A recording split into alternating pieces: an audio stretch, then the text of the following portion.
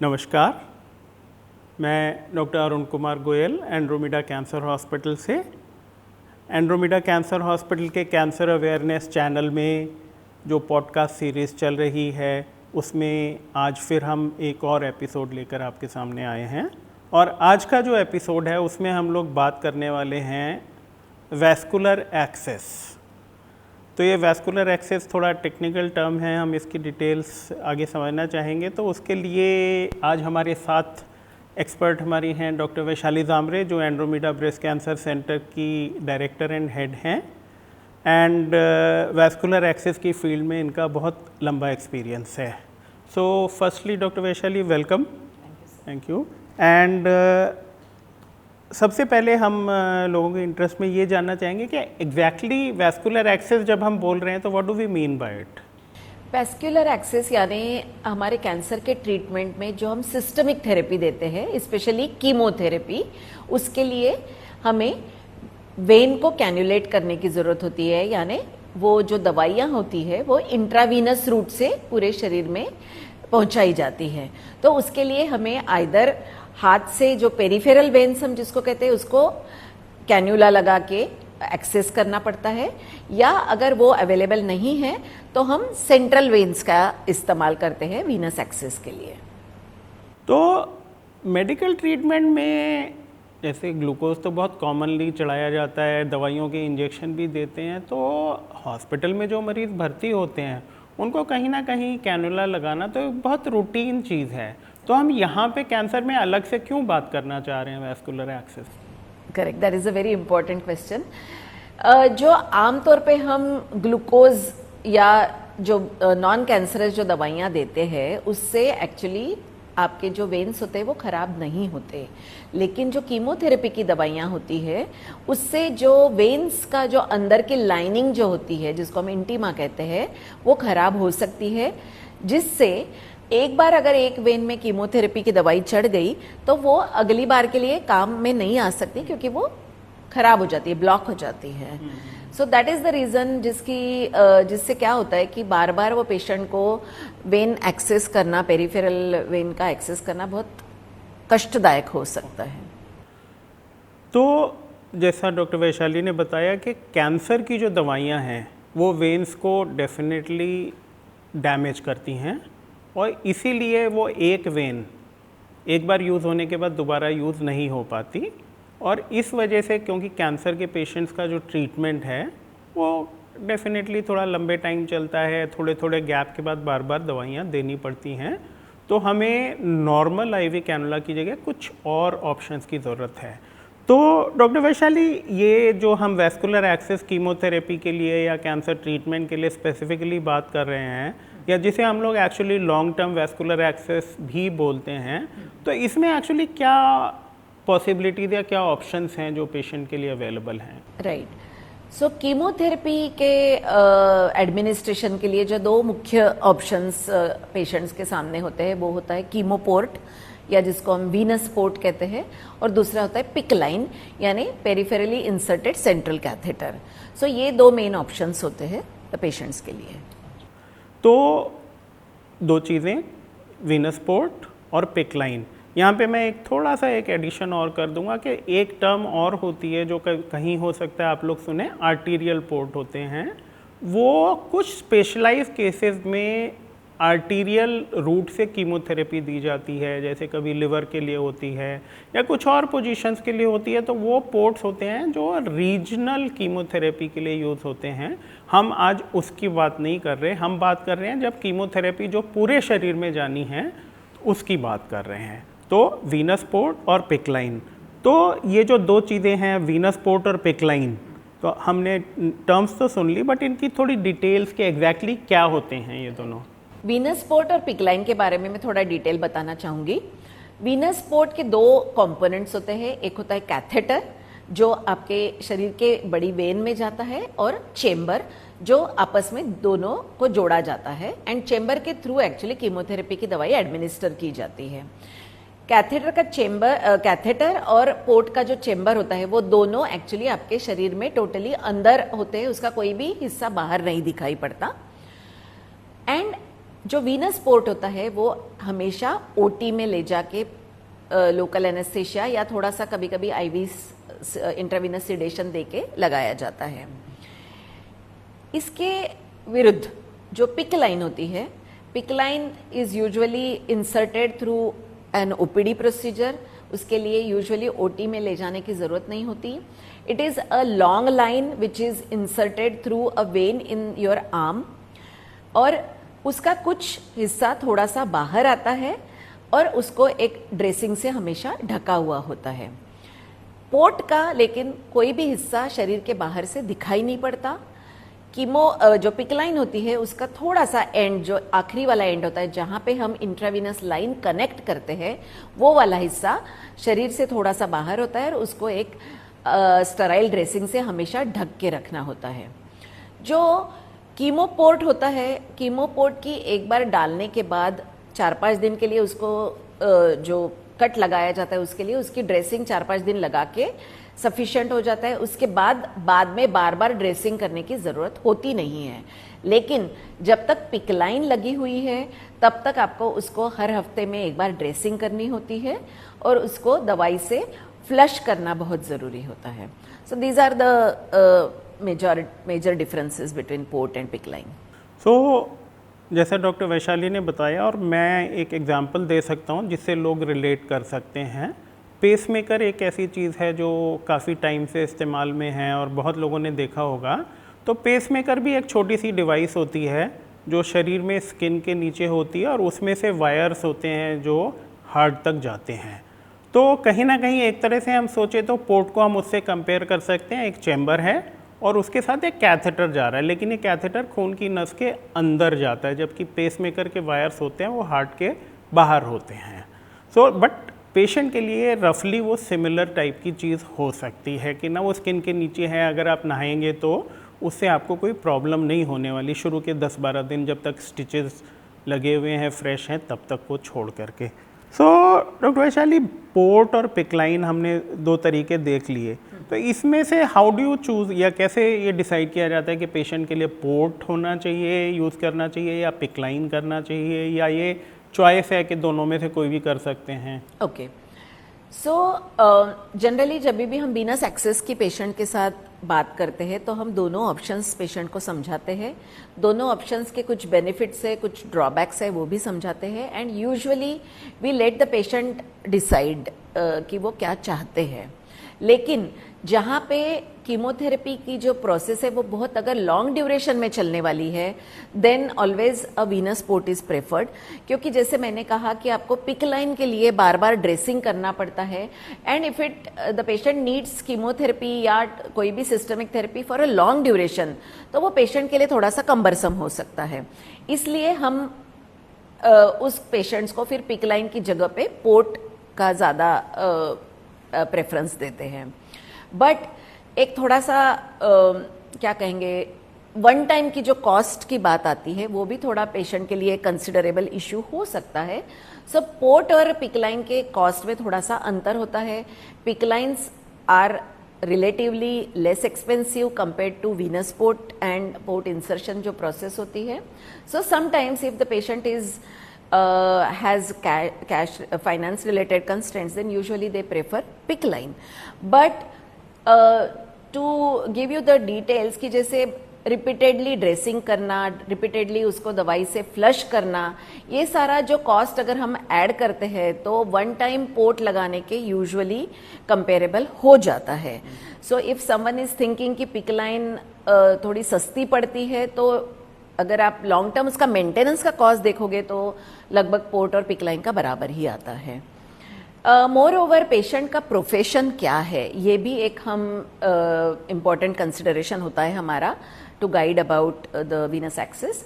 जैसे अगर पेशेंट का हाथ का इस्तेमाल अगर बहुत इंपॉर्टेंट है on a day to day basis for that patient, तो पोर्ट लगाना will be much more comfortable, क्योंकि फिर उससे हाथ फ्री हो जाते हैं। और अगर पेशेंट्स हॉस्पिटल से दूर रहते हैं तो उनके लिए ड्रेसिंग करने आना, फ्लशिंग करने आना can also be a problem. So ऐसे अनेक फैक्टर्स होते हैं जिसको हम कंसिडर करके ये डिसाइड करते हैं कि कौन सा बेस्ट रहेगा पेशेंट के लिए। I think that is very important कि पोर्ट के बाद आपकी लाइफस्टाइल एक सेंस में रिलेटिवली नॉर्मल है, whatever work you do, whether you are going for swimming, when you are having a bath, वो सब चीज़ें आप बिल्कुल नॉर्मल तरीके से कर सकते हैं। जब पिक लाइन की बात करते हो तो डेफिनेटली क्योंकि वो स्किन से बाहर आ रहा है तो कुछ चीज़ों में आपके लिए रिस्ट्रिक्शंस हैं और दूसरे उसकी मेंटेनेंस रेगुलर बेसिस पे करनी है। तो ये फैक्टर्स आपको कंसीडर करने चाहिए in consultation with your chemotherapy specialist कि आपके लिए पोर्ट अच्छा है या पिक लाइन अच्छी है। हम लोगों का भी जो जनरल एक्सपीरियंस है, अगर 3, 4, 5 महीने तक का ट्रीटमेंट है तो हम दोनों ऑप्शंस दे के, और मे बी पिक लाइन में भी एक्सेप्टेबल, बट 6 महीने या उससे लंबा ट्रीटमेंट है तो पोर्ट को ही प्रेफर करते हैं। इसके अलावा और बहुत सारे फैक्टर्स हैं जो बताए गए।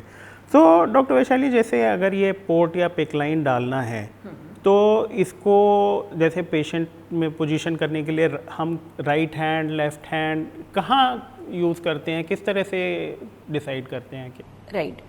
सो अगर मैं पोर्ट की बात करूं एंड स्पेशली अगर ब्रेस्ट कैंसर के पेशेंट को अगर पोर्ट लगाना है मुझे, तो जिस साइड के ब्रेस्ट में बीमारी है उस साइड का हाथ या उस साइड को हम अवॉइड करते हैं। उसके ऑपोजिट साइड का जो कॉलर बोन है उसके नीचे वाला एरिया हम प्रेफर करते हैं पोर्ट लगाने के लिए। Similar is the case for pick line also. But अगर कोई नॉन ब्रेस्ट कैंसर पेशेंट के लिए, दूसरे कोई कैंसर्स के पेशेंट के लिए पोर्ट या पिक लाइन लगाना है, स्पेशली पोर्ट, तो आप राइट या लेफ्ट कोई भी इस्तेमाल कर सकते हो। बट पिक लाइन का जैसे हमने कहा कि राइट साइड में अगर मैं हाथ में लगाती हूं तो थोड़े से मुझे डे टू डे फंक्शनिंग में बाधा आ सकती है या रेस्ट्रिक्शन आ सकते हैं, इसलिए यूजुअली हम लोग फिर ऐसे में लेफ्ट साइड का प्रेफरेंस ज्यादा देते हैं। बट अगर सपोज लेफ्ट साइड की वेन अवेलेबल नहीं है and disease is on the right side, rarely हमने राइट साइड में भी पोर्ट डाले हुए हैं, मतलब साइड ऑफ द डिजीज में भी पोर्ट डाले हुए हैं। या तो जो ये पोर्ट का प्लेसमेंट है या पिक लाइन का प्लेसमेंट है, तो जब कीमोथेरेपी शुरू करनी है तो उससे क्या सेपरेट अलग दिन किया जाता है या कैसे करते हैं आप?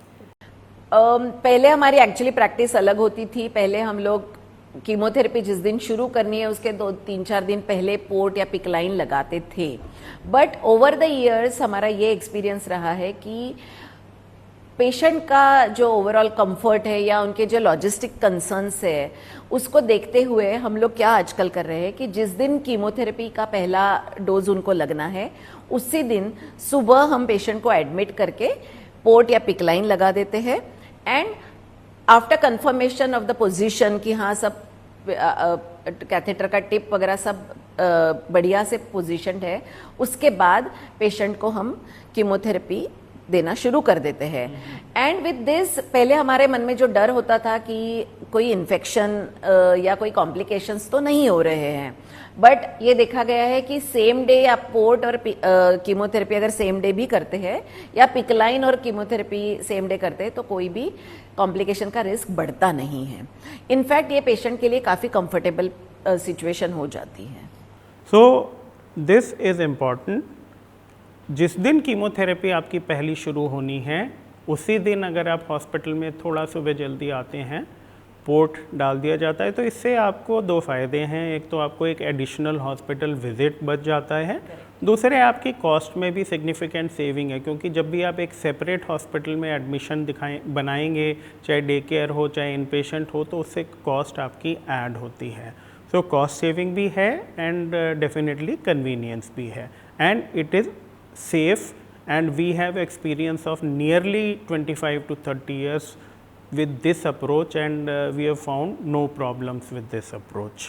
तो इसके बाद डॉक्टर वैशाली, जैसे जो पोर्ट या पिकलाइन के बारे में तो आपने बताया कि वीकली फ्लशिंग है, पोर्ट के पेशेंट को कुछ एडिशनल केयर की कोई ज़रूरत होती है, क्या है?